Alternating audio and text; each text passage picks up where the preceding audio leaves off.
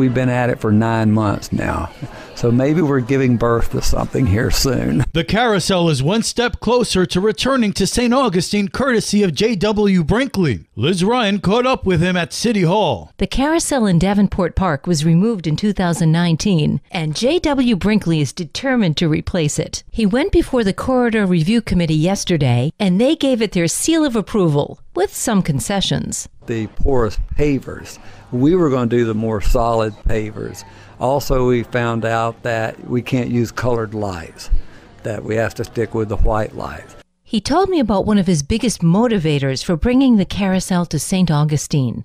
Nemours Children's Hospital. There's so much cancer with young people.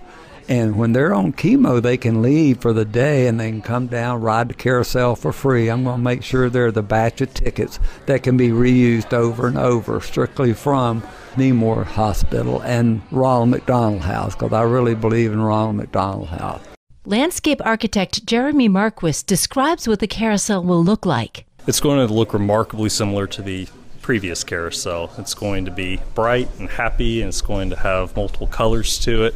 But then the ticket booth itself is fully compliant with the entry corridor standards that the city of St. Augustine has to make sure that San Marco Avenue continues to look historically appropriate. The carousel has special meaning to his family. My son, we had his second birthday party at Davenport Park, and he's about to turn 11, so we're hoping that by the time he's 12, we'll do a little 10-year reunion over there.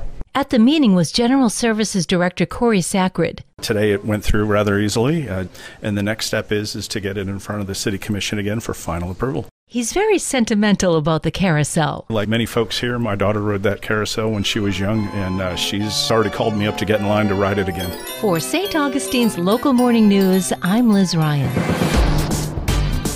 This local news is a service of your hometown Toyota dealer, Beaver Toyota US 1 St. Augustine, here to wow you. We basically have been served lemons, and we're trying to make lemonade.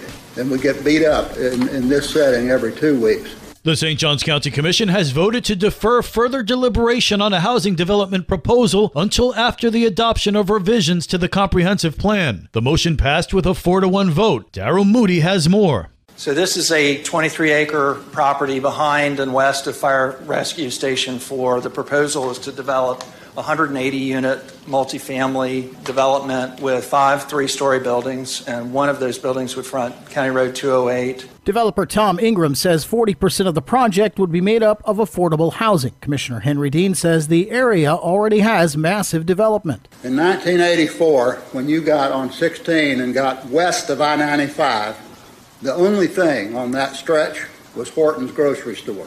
So what we've seen is unbelievable growth, most of which was approved before 2016. I just want the people listening to understand it. Assistant County Attorney Christine Valier questions what the developer calls affordable. A studio apartment monthly rent would be $2,046. 1 bedroom, $2,190. 2 bedroom, $2,628. For St. Augustine's Local Morning News, I'm Darryl Moody. Do you like the idea of naming a property? There's an opportunity in St. Augustine. The city of St. Augustine is soliciting suggestions for the naming of the green space located at the corner of Whedon and DeHaven. Right now, it's currently named just Whedon Park. The city is accepting public input ending next Friday, May 10th. The city manager will offer the recommended name to the City Commission for consideration and adoption during the June 10th meeting. Suggestions are being gathered through an online survey or on paper that is available for pickup in the Neighborhood Services Office at 75 King Street. For St. Augustine's Local Morning News, I'm Karen Johnson. The weekend is here and there's plenty of family fun to be had in St. Johns County. This is Stacy with Fun for Augie Kids. Join Adventure Project for a night of fun at their first Friday open space family-friendly improv night. Every 30 minutes, the bell rings and the improvisers gather for a game, maybe with you. Middle school and high school age kids are encouraged to come out for the St. Johns County Parks and Recreation Teen Night Out event. There will be tons of fun along with food and drinks. Tomorrow, Baptist Health will be hosting a Spring into Summer Safety event. Spring is the ideal time to brush up on summer safety, so stop by to learn how to keep you and your family safe this summer. Drop into Lowe's and your little scientists can build their first butterfly biome. Just in time for Mother's Day, kids will create a gift that is sure to make your garden smile. For more on these events and others, please visit us on our website at fun4augiekids.com. Have a great weekend. And now you're up to date with St. Augustine's local morning news. I'm Rich Carroll.